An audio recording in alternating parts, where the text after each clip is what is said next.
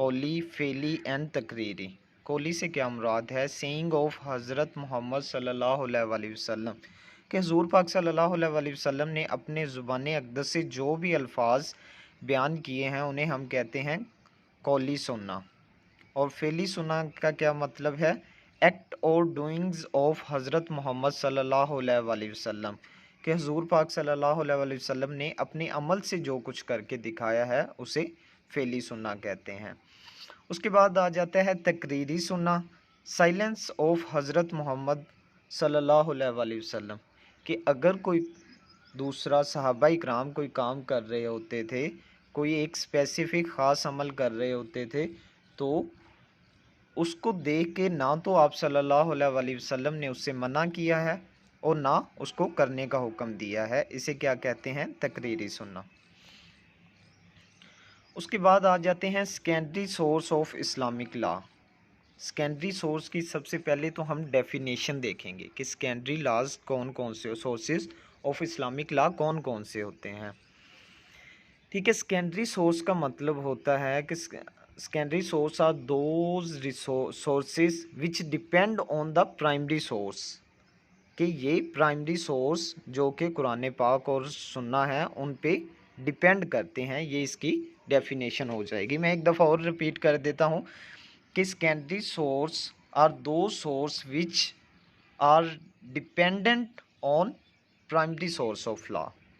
اب ہم دیکھتے ہیں کہ سیکنڈری سورسز آف لا کون کون سے ہیں۔ اجماع، اجماع کا مطلب ہوتا ہے اکٹھا ہونا۔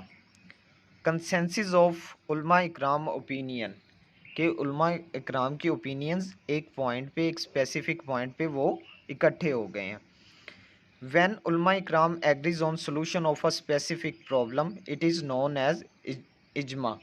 وقت کے ساتھ ساتھ جیسے سوسائٹیز ڈیولپ ہوتی ہیں تو مختلف مسائل آتے ہیں جس کی بیسک آؤٹ لائن تو قرآن پاک میں موجود ہے، لیکن اس کی انٹرپریٹیشن کے لیے علماء اکرام اکٹھے ہوتے ہیں۔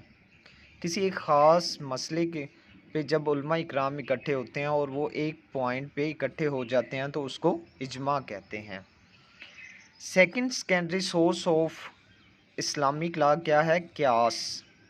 قیاس کو اگر ہم ایک ورڈ میں ایکسپلین کریں تو اسے کہتے ہیں analogical deduction, use of logic to solve the problem. ادھر یہ ورڈ سولو لکھا ہوا ہے، اس کو سولو کر لیں۔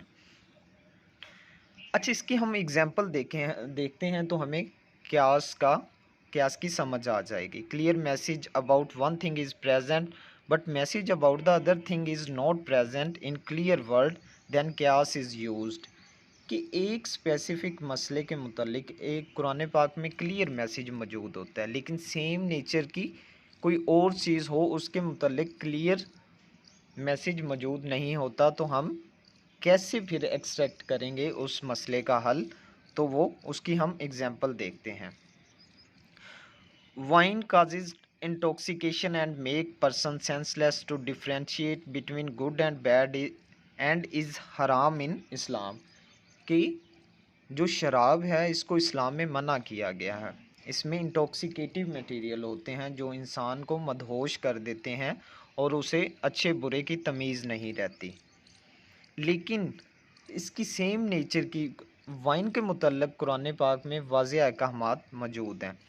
لیکن سملرلی حشیش مطلب چرس بھی ایک انٹاکسیکیٹیو میٹیریل ہے، وہ بھی انسان کو مدہوش کر دیتا ہے اور اسے پتہ نہیں چلتا، اچھے برے کی تمیز نہیں رہتی۔ تو اب ہم دیکھیں گے کہ حشیش کے متعلق قرآن پاک میں واضح احکامات موجود نہیں ہیں، لیکن چونکہ شراب کے متعلق پہلے احکامات موجود ہیں تو دونوں سیم نیچر کی چیز ہیں، تو ہم اس مسئلے کا حل ہم نکال لیتے ہیں۔ کیسے نکالتے ہیں؟ کہ اگر شراب حرام ہے تو پھر حشیش بھی حرام ہے۔ Similarly, hashish causes intoxication and make person senseless, but there is no clear message is present in Quran Pak about hashish, so qiyas is used to understand like wine, hashish is also haram. اب جو تیسرا secondary source ہے وہ ہے استحسن، preference, ٹھیک ہے۔ اب ہم نے پچھلی ایگزامپل میں دیکھا ہے کہ وائن جو ہے وہ حرام ہے کیونکہ اس میں انٹاکسیکیٹیو مٹیریل ہوتے ہیں. لیکن کیا ہوتا ہے کہ کچھ میڈیسنز میں بھی انٹاکسیکیٹیو نشہ آور مٹیریل یوز ہوتے ہیں. تو کیا میڈیسن بھی حرام ہے؟ تو اس مسئلے کا حل نکالا گیا کہ medicine do cure, so any thing use for the purpose of cure is not حرام.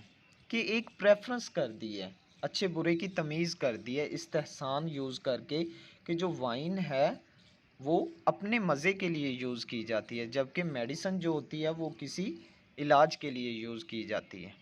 سو ہوپ فلی آپ کو یہ سمجھ آ گیا ہوگا اس کا کہ استحسان کی کیوں ضرورت پڑی.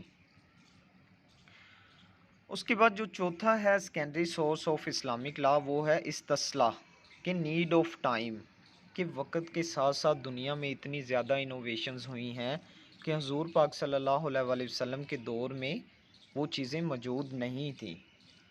تو وقت کے ساتھ ساتھ علماء اکرام نے پھر استصلاح یوز کر کے کچھ چیزوں کو ایڈ کیا.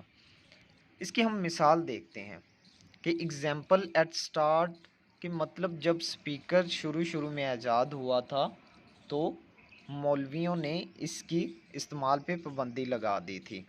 At start use of speaker was prohibited but later it becomes need of time. لیکن وقت کے ساتھ ساتھ یہ ایک ضرورت بن گیا کیونکہ آبادی بڑھتی گئی اور سپیکر کے بغیر لوگوں کو نماز کے لیے بلانا آسان نہیں رہا تھا. تو اس وجہ سے سپیکر کے یوز کو انہوں نے جائز قرار دے دیا. ٹھیک ہے. اور لاسٹ جو ہے وہ ہے استدلال یعنی انٹرفیرنس ٹو گیٹ لاجک، کہ مطلب ایک سمپل سا کوئی حکم موجود ہے قرآن پاک میں، لیکن سینس یوز کر کے لاجک یوز کر کے ہم اس پورے حکم کو سمجھ سکتے ہیں. اس کی مثال میں دیتا ہوں آپ کو. جیسے قرآن پاک میں موجود ہے کہ don't say even if two parents, کہ اپنے والدین کو اف تک نہ کہو. اب یہ تو نہیں ہے کہ صرف اف تک نہ کہو، اس کے پیچھے ایک بہت بڑی لاجک ہے، اس کو سمجھنے کی ضرورت ہے. تو استدلال ہمیں اس کو سمجھنے کی پاور دیتا ہے. استدلال helps us to understand it fully. It means respect parents in every manner of life. کہ اس آیت کا مطلب ہے، اس حکم کا مطلب ہے کہ آپ نے ہر حال میں اپنے والدین کی عزت کرنی ہے اور انہیں اف تک نہیں کہنا. That's all for today. اب ہم اس کی آؤٹ لائن دیکھتے ہیں، سارا کوشچن ریوائز ہو جائے گا.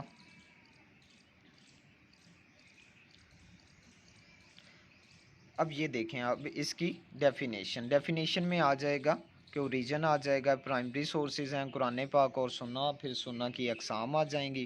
اس کے بعد اجماع ہے، کنسنسس آف علماء اکرام، قیاس آ جاتا ہے کہ ایک چیز کا حکم موجود ہے تو دوسری حشیش، جیسے وائن اور حشیش کی اگزامپل تھی. اس کے بعد آ جاتا ہے استحسن، استدلال اور استصلاح. اتنا کوشچن لکھ دیں گے تو آپ کو میکسیمل مارکس مل جائیں گے. اوکے اسٹوڈنٹ، اللہ حافظ، اسٹے بلیسڈ.